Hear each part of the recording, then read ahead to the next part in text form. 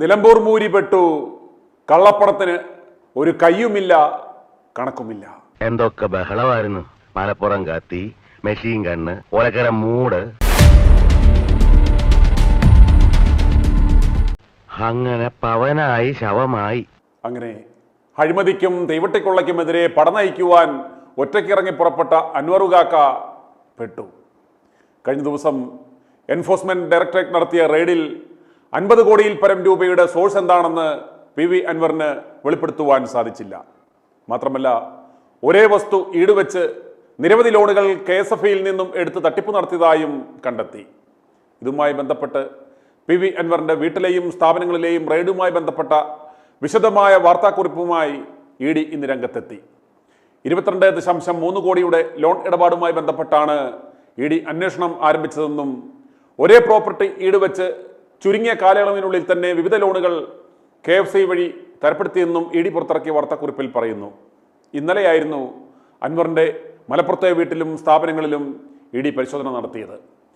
ഇടതുപക്ഷത്തോടൊപ്പം നിന്ന സമയത്താണ് ആ രാഷ്ട്രീയ സ്വാധീനം ഉപയോഗിച്ചാണ് KFCയിൽ നിന്നും ഈ വായ്പകൾ അൻവർ തരപ്പെടുത്തിയത്.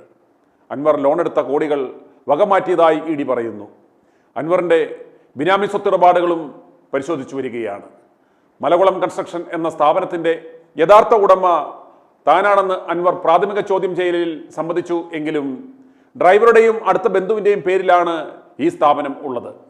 ലോൺ എടുത്ത തുക അൻവർ മെട്രോ വില്ലേജ് എന്ന പദ്ധതിയിലേക്ക് വകമാറ്റിയതായും 2016 14.38 കോടി രൂപയുടെ സ്വത്ത് 2021 64.14 കോടിയായി വർദ്ധിച്ചതിൽ കൃത്യമായ ഒരു വിശദീകരണം നൽകുവാൻ അൻവറിനായില്ലെന്നും ED പത്രക്കുറിപ്പിൽ പറയുന്നു.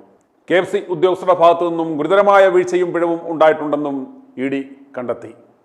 കോടികൾ വായ്പ നൽകുന്നതിന് മുമ്പ് ED നൽകിയ വസ്തുവിന്റെ മുൻകാല ചരിത്രം കൃത്യമായി ബാങ്ക് ഉദ്യോഗസ്ഥർ പരിശോധിച്ചില്ല.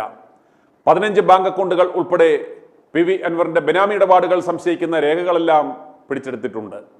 PVR മെട്രോ വില്ലേജിലെ ചില കെട്ടിടങ്ങൾ തദ്ദേശ സ്ഥാപനങ്ങളുടെ യാതൊരു അംഗീകാരമില്ലാതെയാണ് നിർമ്മിച്ചതെന്നും ഈ നിർമ്മാണത്തിനായി വൻതോതിൽ കള്ളപ്പണം നിക്ഷേപിച്ചതായും കണ്ടെത്തി. വിൽപ്പന കരാറുകൾ, സാമ്പത്തിക രേഖകൾ, ഡിജിറ്റൽ തെളിവുകൾ എന്നിവയുൾപ്പെടെ നിരവധി രേഖകൾ ED പിടിച്ചെടുത്തു. കള്ളപ്പണത്തിന്റെ അളവ്, ഫണ്ട് വകമാറ്റൽ, ബെനാമി സ്വത്തുക്കൾ എന്നിവ കണ്ടെത്തുവാനുള്ള കൂടുതൽ അന്വേഷണം പുരോഗമിക്കുകയാണെന്നും ED അറിയിച്ചു. ഇന്നലെയായിരുന്നു അൻവറിന്റെ മലപ്പുറം ഒതായിലെ വീട്ടിലും സ്ഥാപനങ്ങളിലും ED പരിശോധന നടത്തിയത്. അൻവറിന്റെ വീട്ടിലും സ്ഥാപനങ്ങളിലും ED റെയ്ഡ് നടന്നുകൊണ്ടിരുന്നപ്പോൾ ഇന്നലെ മറ്റൊരു സംഭവം കൂടി ഉണ്ടായി. മുൻ ADGP MR അജിത് കുമാറിന് ഹൈക്കോടതിയുടെ ക്ലീൻ ചിറ്റ് ലഭിച്ചു.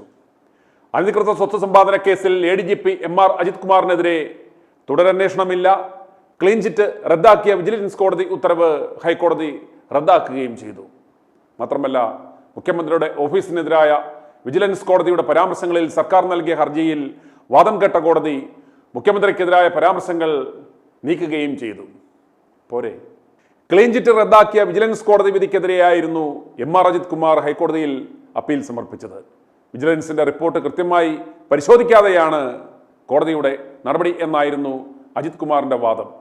ഒരു MLA മാധ്യമങ്ങളിലൂടെ നടത്തിയ വെറും ആരോപണങ്ങൾ മാത്രമാണ് പരാതിയായി കോടതിയിൽ എത്തിയത്.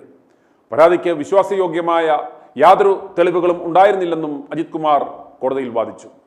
കേസിൽ വസ്തുതകൾ ശരിയായി വിലയിരുത്താതെയുള്ള വിധി സ്റ്റേ ചെയ്യണം എന്നതായിരുന്നു ഹർജിയിലെ അജിത് കുമാറിന്റെ ആവശ്യം. അങ്ങനെ നിലമ്പൂർ സുൽത്താൻ മൊത്തത്തിൽ അഴിമടലം 3G ആയി.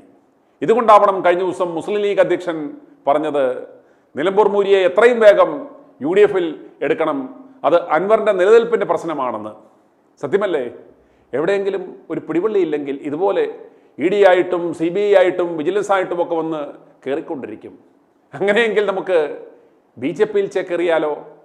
തുമ്പില്ലാത്തതൊന്നും അവർ ഇപ്പോൾ കാര്യമാക്കില്ല എന്നാണ് അറിവ്. i2i News, an eye for truth.